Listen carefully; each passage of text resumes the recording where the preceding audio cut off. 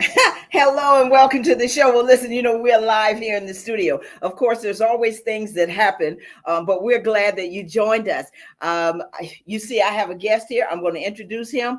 But before I do that, I just want to say thank you to all of the guests. I want to thank Paula for being here with me. I want to thank Tiana again for producing the show. We are here in the studio. This is the first time I've had a guest sitting here with me like this in the studio. Awesome. So just so you know what's getting ready to happen, Mr. Chris Green is here with me and Dr. Angelica Christie. They're going to be on the show. This is about the power of giving. And so when they get ready to talk and we're talking about the power of giving, you're going to hear all about these special people that I have today. So just sit back, relax, and enjoy because we're coming up next. The Curry Insurance Agency has served the community for over 30 years with hundreds of trained representatives to assist you in selecting health plans. Curry Insurance Agency is the largest marketing insurance group in the state of South Carolina for Medicare Advantage and represents all major health carriers. Annual enrollment for Medicare Advantage is October the 15th through December the 7th. Curry's motto is people don't know how much you know until they know how much you care. Call Curry Insurance Agency today at 803-536-0889. Show. Well, I tell you what, I am so excited to hear and have this special guest with me. As I said today, this is about the power of giving. Now, Chris, I always do something, which is what's on my mind. And before I do that, I want to introduce you because he's sitting right here next to me. This is Mr. Chris Green. He's a son, a husband, a father, devoted father, author, mentor. He's the founder of Open Mind, and he's going to tell us all about that. He's also the project director at Voorhees College, where he does his work there. And so you're going to learn all about that as we move forward. But Chris, as I said, I usually like to talk about what's on my mind. And, as we're going through this pandemic, and folks, you still need to realize we're in a pandemic. Chris, the Omicron virus. Yes. Okay, so folks, I want you to be very vigilant about how you handle yourselves, meaning I want you to make sure that you wear your mask, that you social distance and all. Chris, as we're sitting here talking about that, I mean, what are some of your thoughts as you've been riding around looking at people and seeing their attitudes because they're not wearing masks? Right. And for instance, y'all, I usually have this taken off. This is what I wear because it's easy for me to put it on and easy for me to take it off. Now, I'm not advertising whoever this is. I don't know who this is, but I happen to have it on because we were rushing. But what are your thoughts about what's happening now and how people's attitudes are? Do you think that people really realize that this is a serious virus and we're in a pandemic? Well, Tammy, I think that people have got to relax. With the virus, we've overcame. Well, I guess we've overcame the first variant of the virus, and people have kind of got relaxed for not wearing their masks, not social distancing, and there's just so many different things that's going on now in our society when it comes down to this virus, where they don't take it serious anymore. Right. And they look at the government as they don't know what they're talking about when it comes down to our safety. But our safety is very important. And people now is just not taking this virus seriously anymore. Yeah. And, folks, and as I said, this is what's on my mind. I always want people to understand that we have to take control over ourselves. It's no longer waiting for the government or waiting for somebody to tell us. We've got to take action. Right. And I'm telling you, folks, when the governor of New York, when she said that she was placing New York in a state of emergency, the one thing that struck me the most was, okay, she's a governor, right, high official, government talking to government. They know what's going on. Right. I don't want you all to think, I'm a microbiologist, I don't want you all to think that these viruses and these mutations are just now popping up. Right. They've been here. Right. And they're not saying anything about it because they don't want you to panic. Right. I don't want to panic, but I'm telling you right now, folks, if you do not take it seriously, you do not get those vaccines, we're going to be in a world of trouble. And I have lost, family members as well to COVID, and friends Yes. who have lost members to COVID. Right. And so I just wanted to say that's on my mind. I want people to really take this seriously. Right. And I really believe that we need to take our life and our health serious. Like you say, you lost family member. I've lost my dad back in September for COVID. September 21st.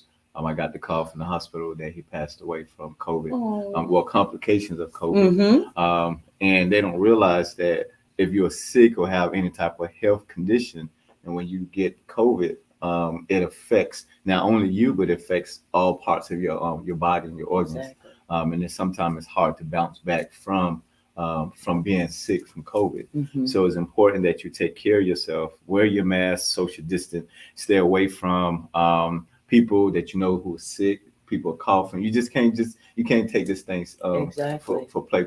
Exactly. And we got to take it as serious as possible. Yeah. And one thing you said about that was how it affects the body. Right. But the other thing, that it affects the family. Everything. It affects the family. It affects the economics of the Mhm. family. It affects the psychological being of the family Right. itself. There are so many ways that COVID has really just shown its head. Right. But one of the things that I like to tell people is that for me, it was a reset. For me, it was a time for me to rebuild, Right. a time for me to revive, a time for me to regain a sense of who I am and looking at life differently. Right.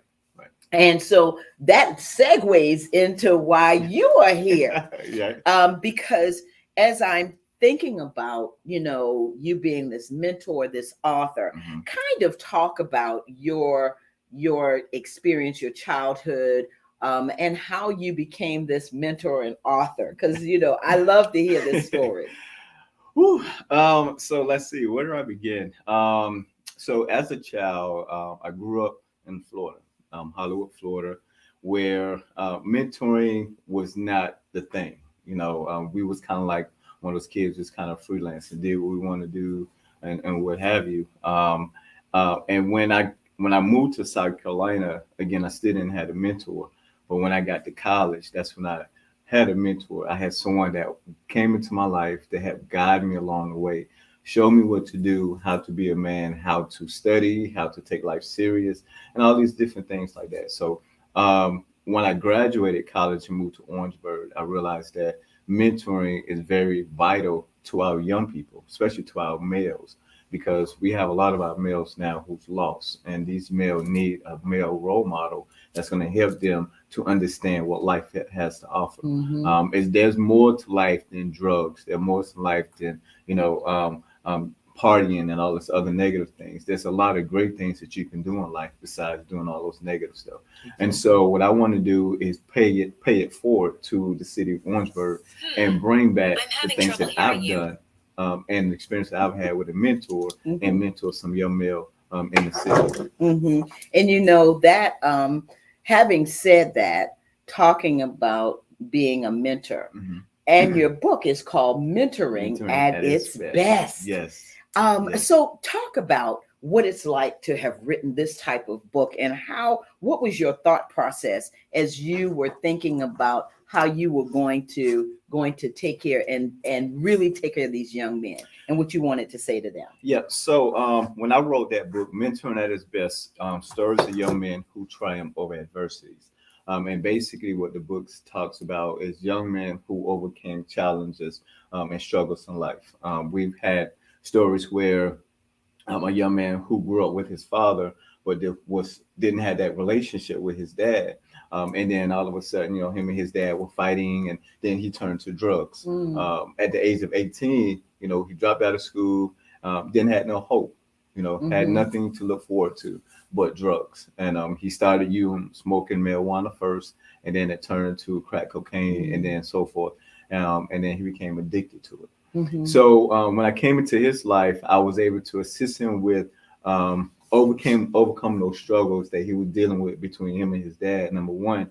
And then number two, let him understand how important he is to him and to society. Mhm. And I wanted him to know that he is loved, and that he don't have to turn into drugs for that support that he needs. A lot of times people turn to drugs for various reasons, Exactly. and he turned to drugs because he needed that outlet, and he Mhm. didn't have that outlet. So, and when I wrote that story about him, I wanted him to understand. I want some young men to understand when they read this book and this story to know that don't turn to drugs because that's not a good outlet. Pray.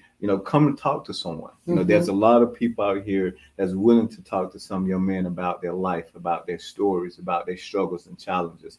So that's one of the reasons why I wrote the book, because I needed some young men to know that they're not alone, and that they Mhm. have some things that they have people out here, such as myself, that is willing to sit down with them and talk to them, and love on them, and let them know that that's someone that cares for them. And and that's so important in this day and time Hmm. because, as you said, we're going through a pandemic, so that's a whole Right. nother level. Absolutely. Right. Being isolated, Hmm. not knowing where you're going. But I wanted to find out from you when you wrote mentoring at its best, what is your favorite part of the book?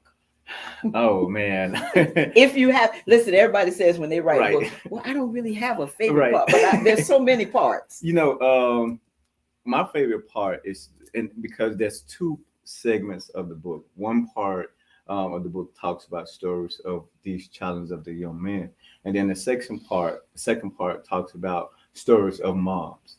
And my favorite part is stories that these moms shared Mm. about their boys and how Mhm. they had to struggle with their sons and the things that they had to do. There's a young man in the book called EJ. Mhm. EJ was one of those kids that had ADHD. He was struggling a Mhm. lot in school. He had behavior issues along the way. Mom don't know what to do. She went to the school. She talked to the principal. She talked to the teachers, and no one knew what to do to assist EJ. And so what she did, she turned to a mentor. And we sat down. We talked to him. We figured out what was going on. And I realized that EJ just needed that love. He didn't have his dad. She's a single mom. Mhm. So she needed someone, a positive role model, to come and assist EJ to understand that he can come and talk to somebody about his issues and his struggles. Mhm. Because there's a lot of young men in the schools. I worked in the school system for a long time, and there's a lot of young men in the school that dealing with ADHD. They're dealing with um, behavior issues. They're dealing with being accepted. They're dealing with a lot of different things in life where they go to negative stuff. Mhm. They go to gangs. They go Mhm. to drugs. They go to other things that's not conducive to their lives. And Mhm. so my favorite part is those mom stories that when they had to sit down and actually think about what should they write or what should they say about their boys and how they came from the heart Wow. to express their love and their concerns about how they need their boys to turn out to be. Wow. So these are stories of actual young men.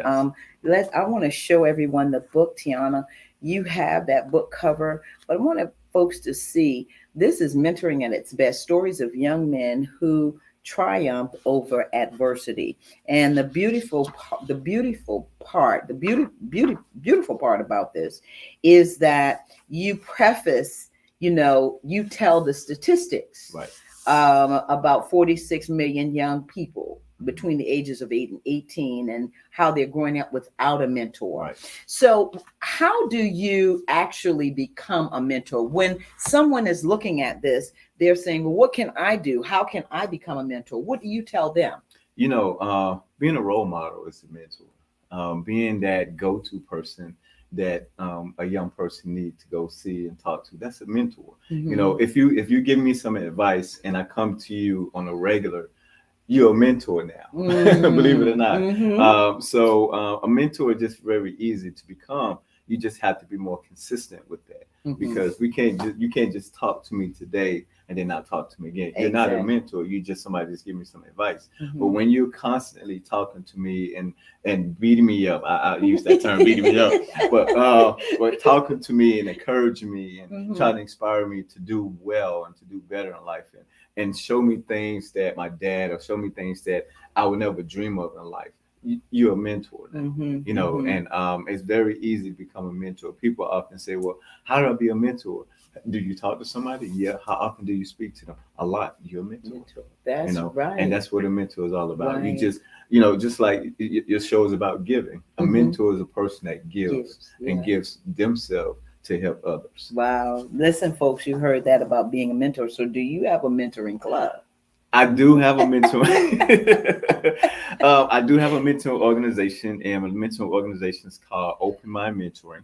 We are located here in Orangeburg, South Carolina, and I'll share this with you. We was housed. Well, we've been in the school district in Orangeburg School District 5 before they merged into Consolidated. Mm-hmm. We've shared so many different things to a lot of young people in Orangeburg. We cover the whole area of Orangeburg, Calhoun, as well as Denmark. And we provide mentoring services and tutoring service and just different things that these young men need to Mm-hmm. hear and see.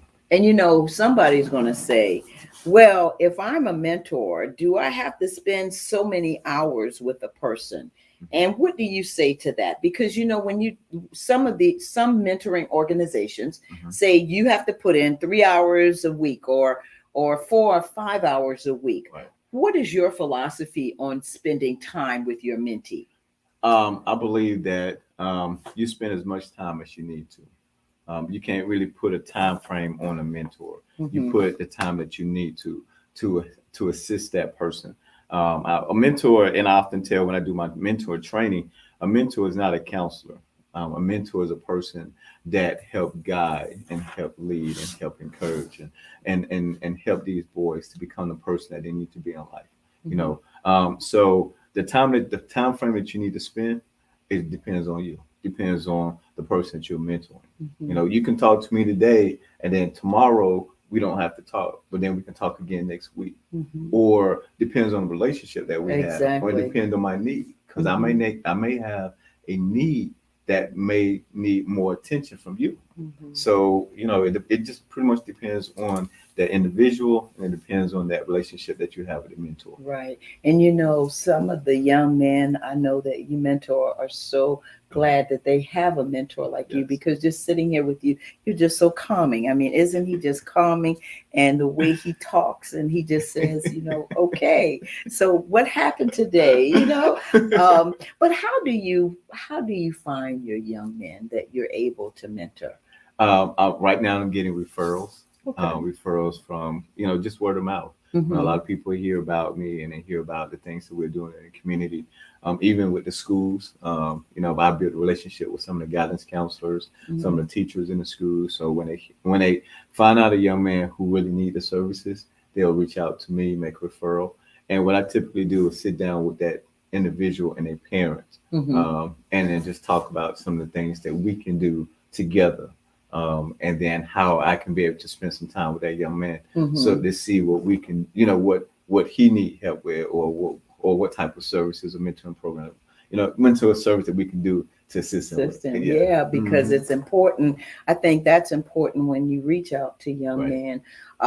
And I think it deals with the type of personality Right. that you have, because everybody, let's face it, everybody can't be a No, mentor. everybody cannot be a mentor. Right, because you have to have, and I love what you said. You have to have that special relationship, Right. and that's just like having a relationship with friends, Mhm. But with young people, it's a little different, Mhm. because now you got to speak their language. Somebody said, "Well, what is that? Young Joe, young Jock, run this one and that one, and all of that." And I said, "Yeah, I know who that is." They said, "Well, how do you know?" I said, "Remember, I have a daughter, Right. who is young, so you got to keep up with the times, right?" Mhm. So how important is that? Well, I watch a lot of like social media a lot, Yes, yes. Instagram, and then Hmm. of course BET, TV. Yeah. All of these things kind of keep you up to date with the latest music and the latest fashion and Fashion, all this other stuff. like you are today. You see No. this? But a lot of times, you have to kind of get to those kids level or individual level. Period. You have to Right. get to their level, and you have to identify, what they're listening to, Mm-hmm. because everything they listen to is not always good stuff. That's right. And every language they talk is not always good language. So sometimes for me as a mentor, what I do is get on their level. I may not talk their level or their language, but what I tend to do is ask them to explain what they're talking about. Exactly. And the biggest thing that you do is you build relationship. Relationship is very important when it comes down to becoming a mentor. Judgment totally out the window. You cannot go into anybody, male or female, and try to mentor them with judgment. That's true. Because at that moment you're gonna lose them. That's it. The wall is up. You're done. The wall is up. And I tell people all the time, yeah, I may be certain age of but you have got to, as you said, you've got to meet them where they are. Exactly. It's and yeah, I'm there. The latest dance, the latest this and that. And when you do that, young people start to open up. Right. They tend to open up. Right. They do tend to open up. What is one of the stories that you may want to share with us where you had a great impact on someone that you thought you might have lost? Ooh, it's funny you said that, and I'm glad you asked that question. There was a young man that I've been mentoring for a few years now, and this happened recently too because you just mentioned it. I was losing him, had this bond with him. He was like my son. Losing him, didn't know what was going on with him. And then a few nights ago, he called me or he texted me and said, "I need you." And I'm like, wow, 3 o'clock in the morning, I got a text. Okay, what's really going on? And so the next day I called him up and I said, "Hey, I'm coming to see you today." I waited at his house. He came home from school and we chatted. And he began to open up and to share so many different heartfelt things that he's been dealing with in life. And it's been very emotional because just to see a young man cry and open their life up, to me, it's just more like, wow. Because you don't get that too often where a young man just being vulnerable to another guy to say, "Look, I need help." And so that's one of the stories that I have. It's just him just opening up. I lost him to the streets, but he came back. He came back. I thought I lost him to drugs. I thought I lost him to alcohol, and very young, but he came back. Wow. And so what I'm doing now is just constantly, talking to him, checking up on him, send him a morning text, "Good morning, praying for you, have a great day, I love you," things like that, because they need to hear that. And when he and I called him up and said, "Hey, did you get my message? I got your message. Wow. How you doing? How was your day?" "My day was good, thank you. I'm okay. I'm trying to hang in there." Wow. So those are things that bring me joy to know that if I can reach you, I'm gonna be there for you. Wow. I don't want to start crying. Yeah, because if I ask you another question about that, that's wow. I mean, you're welcome wow. to, because listen, it was more of an intervention. I'm a certified life coach, and when I provide like that life coaching session with him and his mom, it was so heartfelt until I went into tears, just to know that connection that mom thought she lost her son, but now that he came and cried on her shoulder and said, "Mom, I love you." Wow. Wow. Okay. All right. All right. Yes. Wow. Yes. Wow. And as you're sitting here, and it's something you said, you send inspirational messages. How important is prayer to you as you are mentoring these young men? Very important. Prayer is very important. Prayer to me, I have this quiet time with God in the morning when I go to work. And on my way to work, I try to meditate some and I try to pray before I get to work. And I pray for everybody, as many people I could just possibly think of. And when I get to my boys, I often say, "Hey, let's pray." Or just like the other night, I asked him and his mom, "Can we pray?" And she said yes. And when they welcome prayer, to me, that just like a whole new realm, because it's like, now that you welcome is something that I enjoy doing. Now that let me know that you're willing to accept some other things that's going to be good for your life. Wow. So, what do you want to say to parents out there that may need someone to help mentor their young man? What would you say to a parent about hope, about not giving up and reaching out? Um, I would tell you this, that a lot of times our young people have to go by experience. Sometimes parents say, well, I'm losing my son to the streets or whatever. But when a kid who tends to identify their struggles and realize where they are in life, they will tend to come back. It's just like in the Bible talks about the prodigal son and how the prodigal son left home because he thought he was grown. Mm-hmm. And when he realized that he was eating with the swines and the hogs, he Mm-hmm. came to his senses. That's what the That's Bible right. said, that he came to his senses. And when he came to his senses, he realized that he needed to go back to his dad because his dad had cows on a hill, That's right. riches and maize and servants and stuff, and he was like, if I could just go home and become a servant to my dad, I know I can make it all over again. Mm-hmm. So I wanted to tell a parent, don't give up on your sons or don't give up on your daughters. Continue to pray because eventually they'll come to their senses. You have not lost them, even though that you feel like there's no hope to them in the streets. But just continue to pray, continue to encourage them, continue to hug them, love them, and let them know that you're there for them. And that's one of the things that our young people need. They need that comfort. They need to know that someone is there to love them, someone there to support them, someone there to guide them. Nowadays, we're dealing with a lot of our young people who trying to get into any and everything. Right. And we don't need to be judgmental, but we need to be compassionate to let them know that, look, I've been there, I've done that, and you don't want to go down this road. Mm-hmm. So let me assist you. And sometimes, kids don't want to listen to their parent. Yeah. Their parent, what I ask you to do is find someone Mm-hmm. that you trust that's going to help you and your children out, and help guide them along the way. That's right. It's something that you would say that because I always say having a daughter, sometimes she can talk to me about things, Mhm. but there are some things that she may need to talk with someone else Right. about. So she's not going to be able to always talk to mom, Mhm. and somebody else may have a different perspective, Right. for her to really get it. Right. And so I'm glad that you said that because as a parent, we need to hear that. We can't always tell our child Right. what's going What's on. going on? They need to hear from somebody else. Exactly. And From that's someone where wonderful friends and family come into play. Right. Chris, I have enjoyed this conversation with you. So, I mean, that mentoring at its best. Talk about your book signing.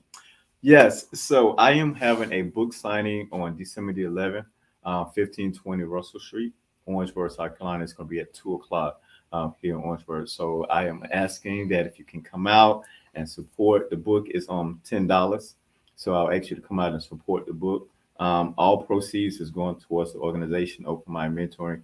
And what we're going to try to do is help some young men out for Christmas, as well as help continue with the organization and keep it rolling. Well, listen, So yeah, I'm excited. I'm excited about it. And I know that folks have been commenting. Tiana, have we seen any of the comments? I always like so that Chris can see those comments from folks. Well, thank you, Mr. Dennis Brothers. Wow, that's something. yes, Yeah, yes. that's really something. Let's show how we can get in touch with Christopher and the website right there. Yes. So you can get in contact with me with Open Mind Mentoring at gmail.com, or you can check my website out at www.openmind-mentoring.org. Yeah. Wow. Chris, thank you. Thank you. Wow, man. Thank you so much. Appreciate And it. congratulations to you on your book Yes. and being the founder of Open Mind and all the things that you, Open Mind Mentoring, and everything that you've been doing. And, we're here to support you, the Tammy Show, and of course, me personally, Sabrina. Hi, Sabrina. Hey, and everybody that's watching, and Harper, of course, I didn't forget you, Yes, Harper. Yes, I didn't forget you. And so I just want to thank you again for all that you're doing for the community, and much to you. This is the power of giving. I'm talking about the power of giving, and I tell you, you are giving of yourself, man, and congratulations. Thank you. All right. All right, my brother. Listen, we're going to be right back. We have two commercials for you to see, and we're going to be right back. So take care. The Curry Insurance Agency has served the community for over 30 years with hundreds of trained representatives to assist you in selecting health plans. Curry Insurance Agency is the largest marketing insurance group in the state of South Carolina for Medicare Advantage and represents all major health carriers. Annual enrollment for Medicare Advantage is October the 15th through December the 7th. Curry's motto is people don't know how much you know until they know how much you care. Call Curry Insurance Agency today at 803-536-0889. The Cecil Williams South Carolina Civil Rights Museum is the Palmetto State's first and only museum. It honors a generation of people, black and white, throughout the state of South Carolina who deserve to be remembered for their unselfish commitments and sacrifices. Enjoy an immersive and entertaining virtual tour. For more information, visit www.cecilwilliams.com.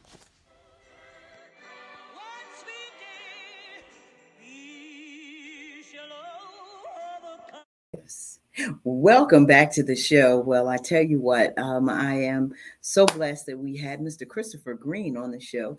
And like I said, we're in the studio, so we kind of made some shifts right away. And wow, excited about all that's happening. So we're going to meet somebody very special. And again, I want to thank you, Mr. Christopher Green, for being in the studio with us. And as I said, the best to you for your mentoring and being an author and all those great things.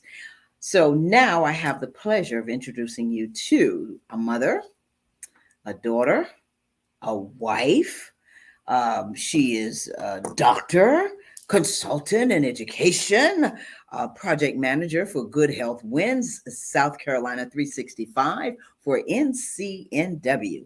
And I tell you what, she's a friend. I've known her for a very long time. So I want to introduce you to Dr. Angelica Elman Christie. Come on out, Angelica.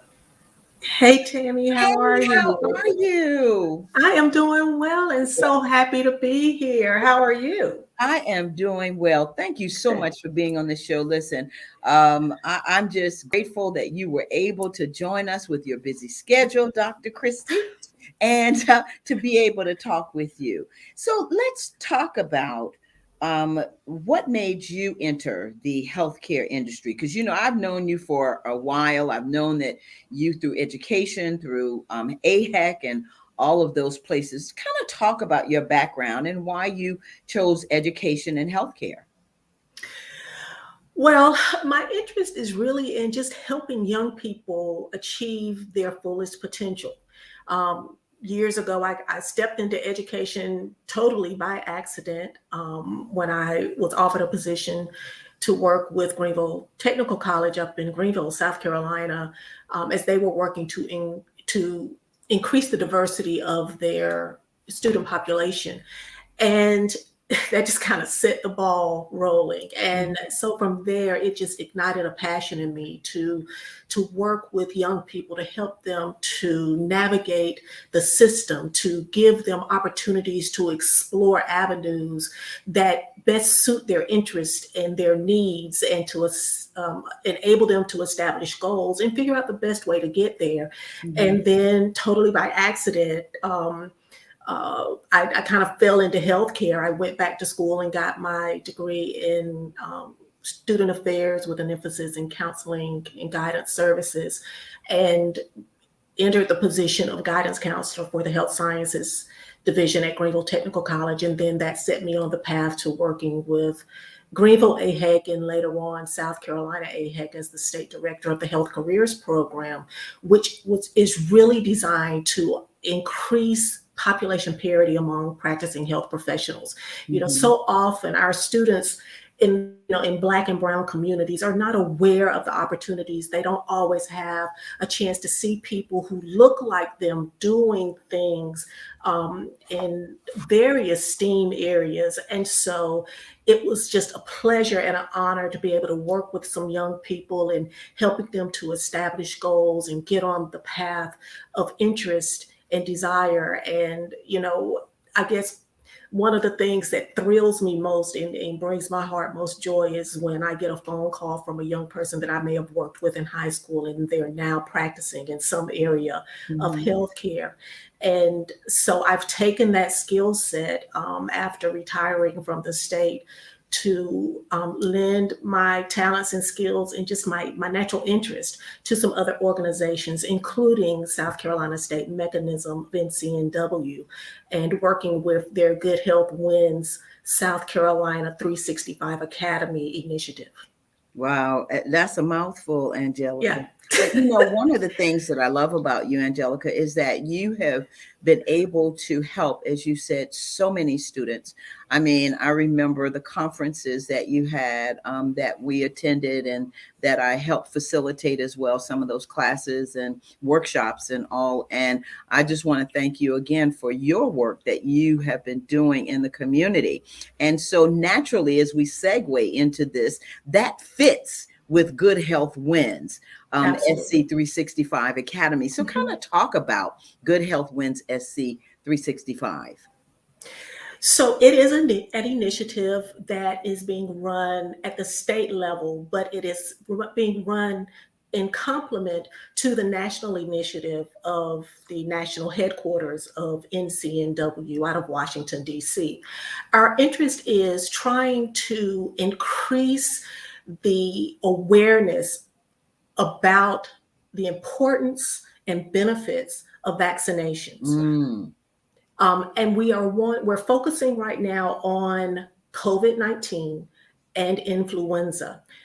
In South Carolina, our goals are to try to get vaccines in arms, but even more importantly, to bring a high awareness to provide current, accurate information because things are changing rapidly. You know, we have this new variant that has been revealed in the last couple of days. And so information is coming quickly and changing as science is giving us more insight into what COVID entails and how it affects us as individuals and our bodies, our families. And so we are wanting with Good Health Win South Carolina 365 Academy to make sure that we're getting good information out there. We're wanting to develop a cadre of informed messengers, trusted messengers that can get into the communities and answer questions, listen to what people's concerns are, and then helping them to find the accurate information versus running to the propaganda and walking away with misinformation. that's And so right. our goal is to make South Carolina a healthier place because we can win this together. We just Yeah. have to do it.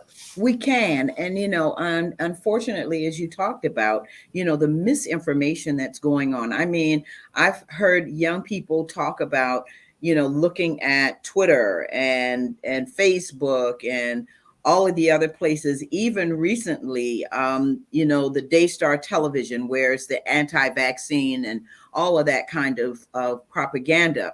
But what we need, as you said, the one thing that I love about what Good Health Wins SC 365 is doing is you're going directly into the community. And how important is that for you to really reach those people who are in the rural areas of South Carolina? Because that's where we're having the disconnect. Yeah.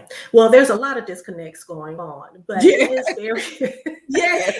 it is important that we get into the rural areas. And one of the ways that NCNW and Good Health Wins feels that we need to do that and will successfully be able to do that is by working collaboratively with organizations that are out there on the ground, you know, boots on the ground, where the people are, and able to connect as those messengers, trusted messengers. And so we are working very diligently to build relationships with organizations, both at the national level and at the state and local levels, ranging from faith-based organizations like the Seventh Episcopal District of AME's, Mhm. Women's Missionary Society, the Divine Nine, the DHEX and health centers. Uh, Mhm. all organizations have a role to play, and they play that role very well within the communities that they serve.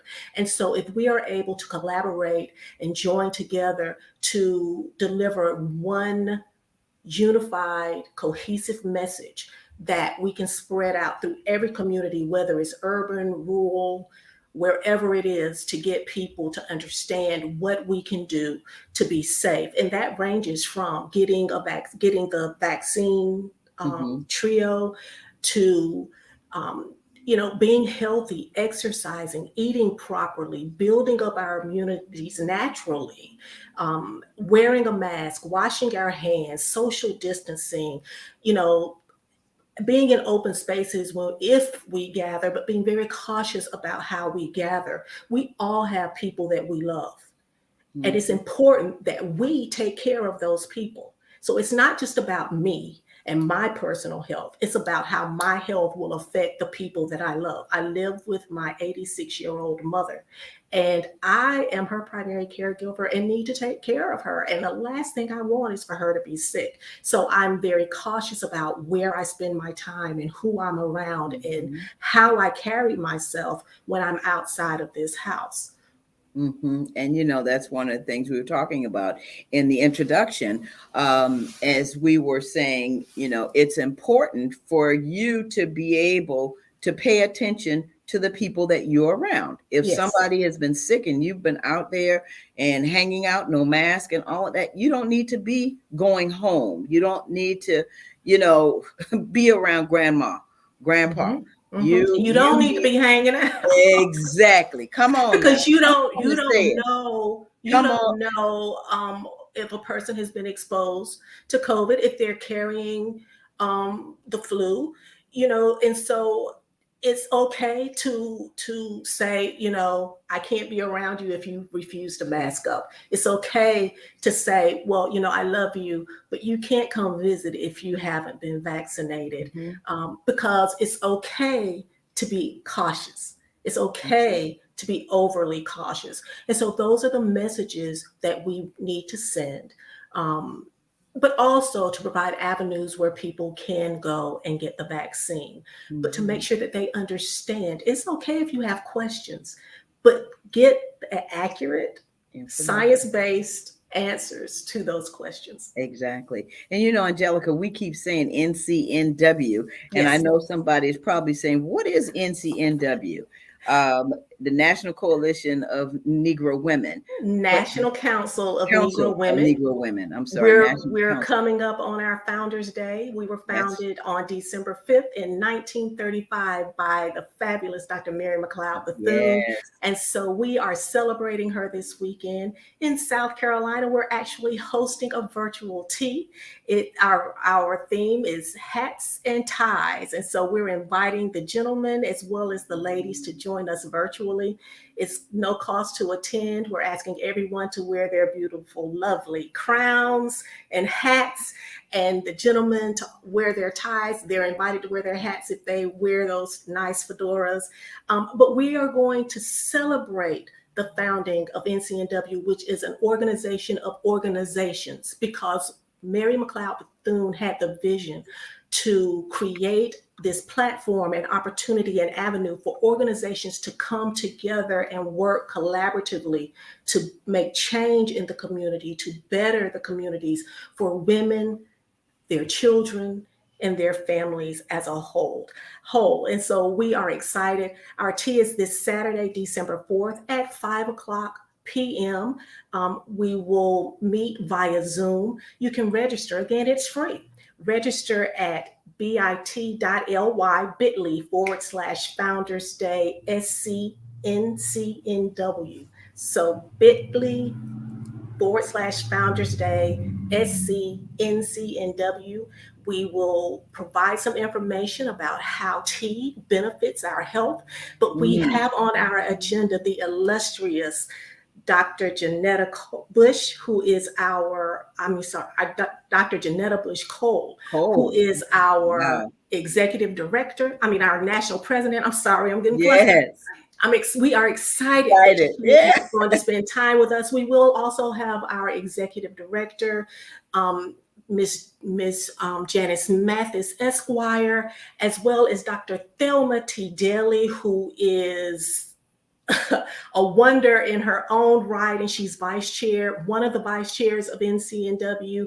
It is going to be a fabulously wonderful time. We're going to have a good time as we celebrate the founding of NCNW, and we invite everyone to join us. Wow. I mean, so now I know I'm not going to be able to do it, but I said I was going to be there in spirit, Yes, wearing that hat.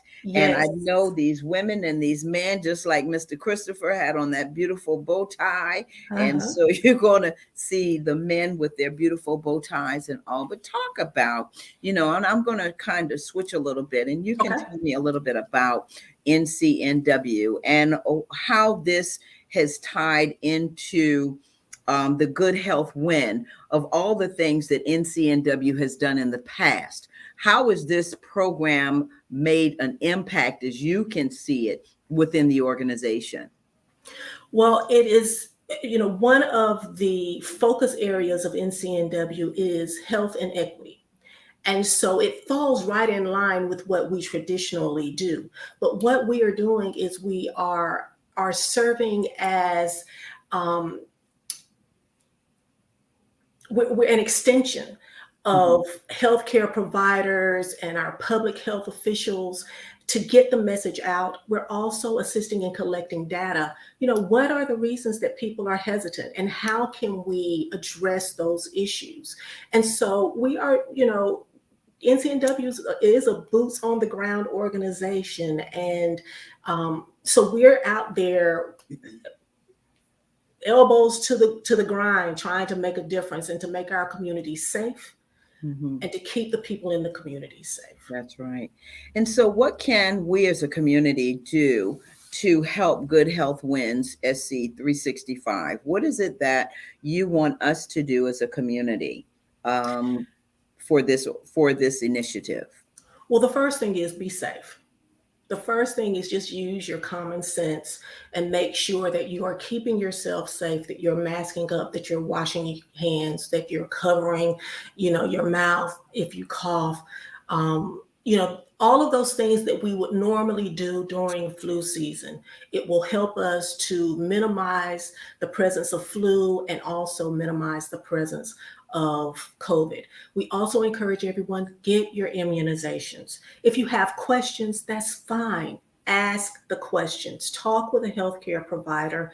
There's a lot of information on the CDC website as well as the state DHEC website. Dr. Bell is oftentimes providing us information on television. And so be cognizant of the information that's being out there. Make sure you're filtering information and validating, making sure that information is correct. Don't just necessarily take someone's word for it, because I think that's where some things are breaking down. And realize this is not a political issue. This is a public health issue.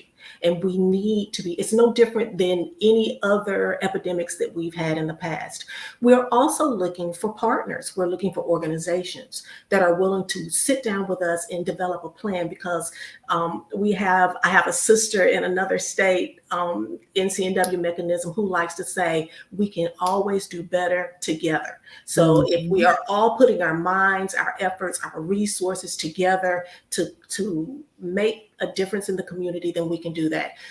So individuals, organizations, we are very open to developing those relationships. And so people can just reach out to me by email and I'm happy to have a conversation. Wow. I mean, and this is what we're talking about, the true part of helping your community, being involved in your community, and really making a difference.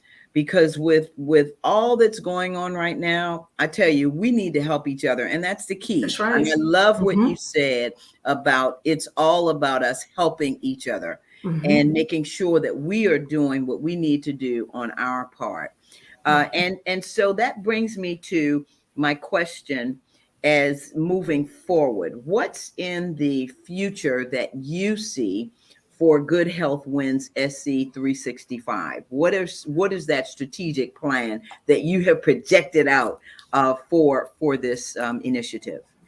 Well, we are in the process of building that cadre of trusted messengers, Mm-hmm. working with members of NCNW, but also reaching out to some young people. Young people are really good messengers. And so we are looking to identify at least 100 young people, high school and undergraduate students, who will serve as some social media influencers for us to help us get that valid information out. So be on the lookout, and I hope that you'll help us promote that when it's available for the applications. We're considering it an internship position, but it's a non-paid internship position, but we will provide the documentation for students to receive service learning hours or internship hours for credit if they're in school. Mm-hmm.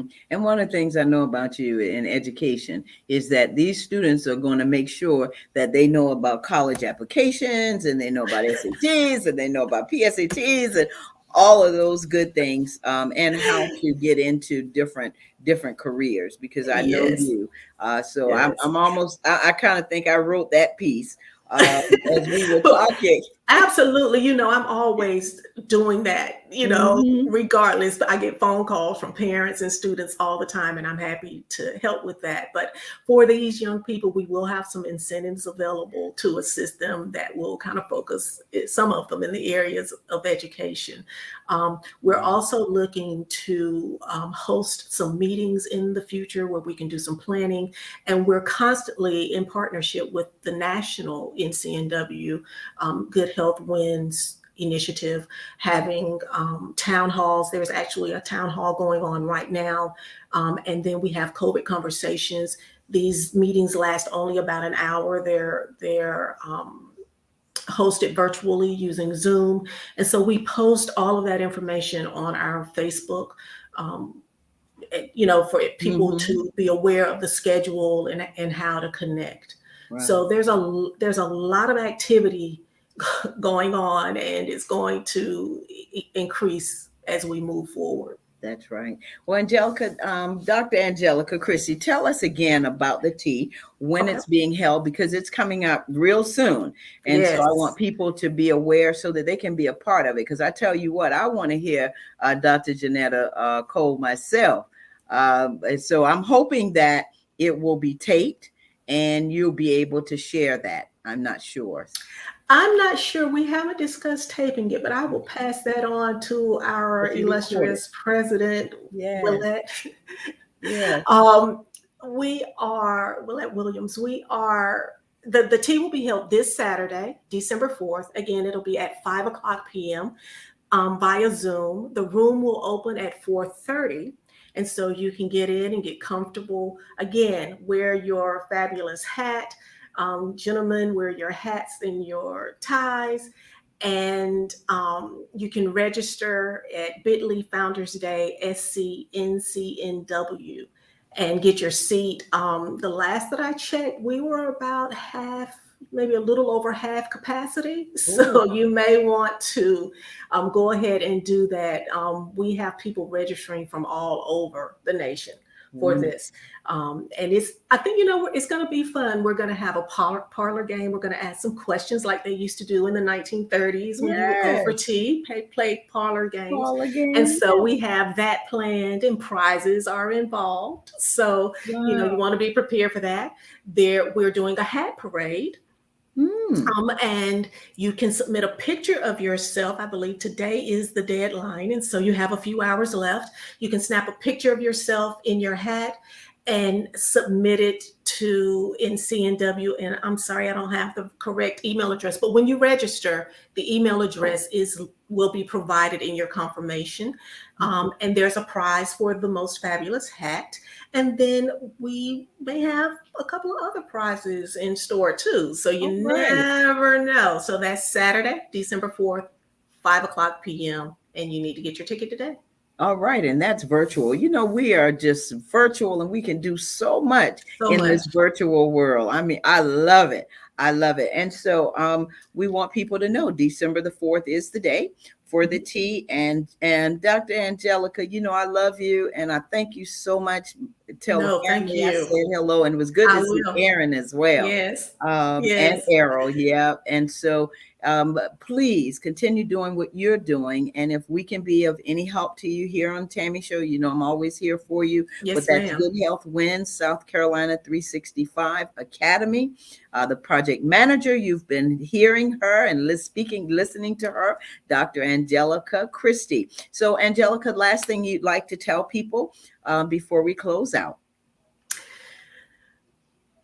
Oh, it's so much I want to say. Yeah, I've go said a ahead. lot already, but I just want to encourage everyone, please, please take the flu and COVID seriously. Um, it's we don't know really all of the effects of COVID. And so the best thing to do is to try to prevent it.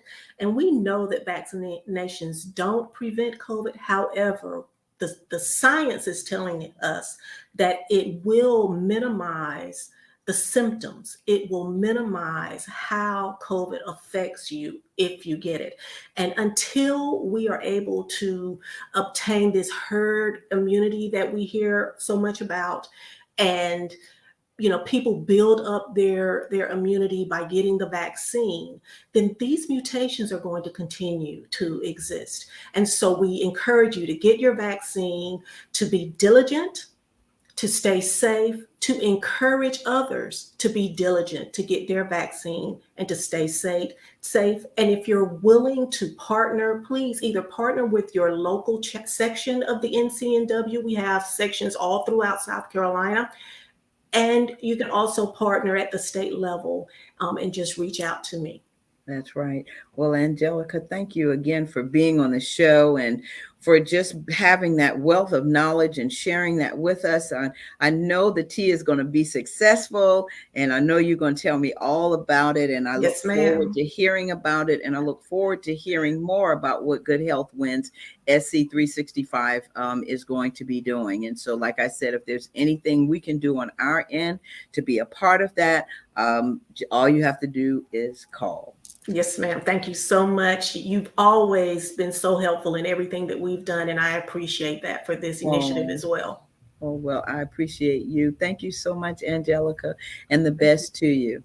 All Thanks. right. Thanks. Take care now. All right. Have a Bye good one. bye. You Bye too now. bye. Bye bye. All right. Well, listen, folks, you heard it right here on the Tammy Show. We had Mr. Christopher Green, who is a mentor and an author, talking about mentoring at its best, stories of young men who triumph over adversity. And so he had a mouthful to say, and I'm telling you what, it's the power of giving. And this man gives. He and his family, I know they give. Okay. And that's what it's all about. Again, Dr. Christie, Dr. Angelica Christie, I want to thank you again for being on the show. What a wonderful woman she is and will continue to always be to me and in education and consulting and all that she does with helping young people. But as you heard, the tea is on December the 4th. And so I urge you to make sure that you take part in that as well. Well, it's time for me to go. I'm telling you, a mouthful. This is the power of giving. This month is about the power of giving. We've got some great guests coming on for the next couple of weeks. So I want you to be stay tuned to us. Also, I want to thank Tiana. Girl, you the best. All right, assistant producer, and of course, Alicia, the executive producer, and Miss Paula Payton, who has been here with me, working behind the scenes and just making it happen.